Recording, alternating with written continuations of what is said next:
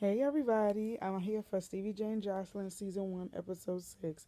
Before I get started, this is only temporary. I had to take my crochet braids out because my scalp was itching. I wanted to like deep condition my hair. I'm going to get them put back in, but I really wanted to deep condition my hair because my scalp was like itching. You know how when you have braids or whatever and you can't really get to your roots like you like to. So you got to take it out, put it back in, and do over. So that's what I'm doing. So hopefully in the next few videos or so, you'll see me with it back in. I'm gonna get it rebraided and everything. I'm gonna wash my hair, deep condition it, get it rebraided, and I should be back at it very very soon. Hopefully tomorrow. But anyway, Stevie J and Jocelyn. So in this episode, jeez, I'm trying to scroll. Stevie J meets up with Russell Simmons, and he's talking to Russell about the situation with him and Jocelyn, about how he's not happy with the way things are going between him and Jocelyn. And he's like, I just want to be happy. And Russell is like, well, Jocelyn may feel like she doesn't need you anymore, but that's because you've given her a platform, you've done things for her. Now you got to let her spread her wings and fly. So he told Stevie, he said, you don't lose your flame by lighting someone else's. I was like, that's deep. Russell Simmons is deep.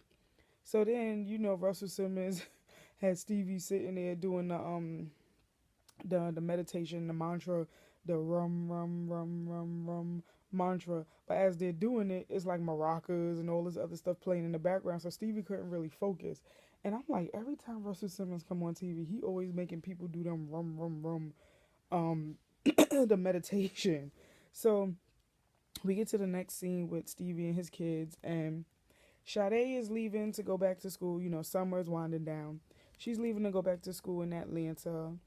And Stevie is like he's kind of bothered by it because he enjoyed having all his kids together during the summer. And Sade was like, even though my dad may play like he's a player and he's tough or whatever, he has a soft spot for all of his kids. So as Sade is about to leave to catch a flight or whatever to Atlanta, they all leave the baby Zion with Stevie. So after they leave, Jocelyn arrives. And Jocelyn and Stevie just basically had a conversation that went nowhere. Like, Jocelyn basically feels like Stevie is not keeping his word. He's not keeping his promises. They're not happy together. And, he kept trying to get Jocelyn to call herself grandma. And she's like, no, I'm auntie. And, he's like, I wish you were here. I got this, and this for you. And she's like, well, I'm sure your next wife will, you know, enjoy being married to you or something like that. Like, basically Jocelyn just feels like she's done. She feels like since she's been in LA, Stevie hasn't been doing anything for her. She's been hustling all on her own. So she just feels done. So back at the Jordan estate, Stevie Jr. and Savannah's mom Antoinette arrives, and she's a basketball coach. And she's checking on Savannah and Stevie Jr. And Stevie said that him and Antoinette dated in the late 90s, but he pretty much left her when she got pregnant. So they're having a cool, cordial conversation about their co-parenting relationship now and how far they've come and whatnot. So he's just letting her know, like, listen, you are one of my best friends. I love you. You're my kid's mother. I love you to death. And I want you to know that. So it was nice to see them rekindle their friendship and actually be cordial. And Antoinette is really pretty. She's a really pretty woman. So now, with Stevie rekindling all these relationships, his main relationship with his own mother, he's just easing back into because his mom, um, they didn't have a real relationship when he was younger. So he took the initiative to establish the relationship, and he knows for a fact that she loves Jocelyn. So she's letting him know, you put her through a lot and she's still with you. So now that you put her through so much, now you have to deal with what she's putting you through. You got to practice patience. And, he basically feels like he should use his mom to speak to Jocelyn, like get through to Jocelyn. So Jocelyn and Stevie's mom Penny meet up, and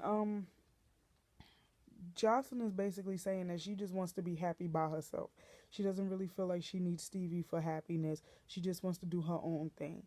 And Mama Penny is like, why don't we all go to church together? Why don't we all come together as a family and iron out our issues? So, Joseline was like, do you think the church will burn down? And she was like, well, I think if Stevie enters the church is going to blow up. I'm like, wow. So, Mama Penny is like, despite everything, whatever you and my son are going through, I'm going to always be here for you because I love you. And I'm like, that's sweet because Joseline didn't really have that much of a mother figure herself growing up. Hence why she's done all that she's done. And, so now it's like church time for the Jordans. And, they make it to church. They're waiting for Joseline to come. She's a no-show, so they all going to church together. Stevie sings. He sung to like the congregation and with the choir and everything. And Stevie has a beautiful voice. We all know this.